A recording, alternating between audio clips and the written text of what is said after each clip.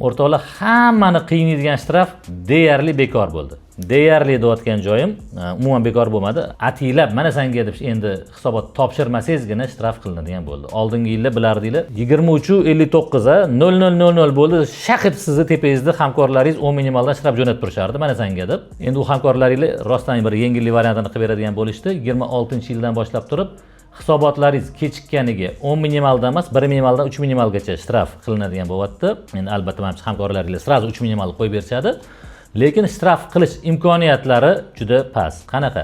Oldin hisobotni 1 sekund kech qolib ketsangiz ham shtraf edi. Hozir endi 5 kundan ko'p muddatga hisobotingizni topshirmasangiz shtraf qilinadi.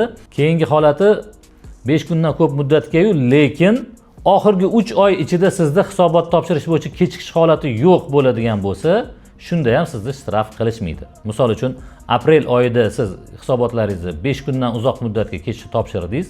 Yanvar, fevral, martda hisobotlaringizda kechikish yo'q edi. Bo'ldi, siz hisobotlaringizni kech topshirganligingiz uchun jarima qilinmaydi. Lekin may oyida ham yana hisobotingizni 5 kundan ko'p muddatga kech topshiradigan bo'lsangiz, aprel oyida sizda уже jarima bor edi.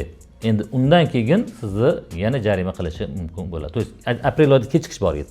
Shundan keyin sizni jarima qilish mumkin bo'ladi. Umuman olib qaraganda, oldin 1 sekund o'tib ketdi, sizga darrov boshingizga 10 minimalli shtraf bilan taq etib urgandek bo'lishar edi. Xudo xolasa bu yildan boshlab turib 98-99% holatda sizlar uchun deyarli hisobotdan kechikish holati bo'lmaydi va u holat uchun shtraf kelmaydi.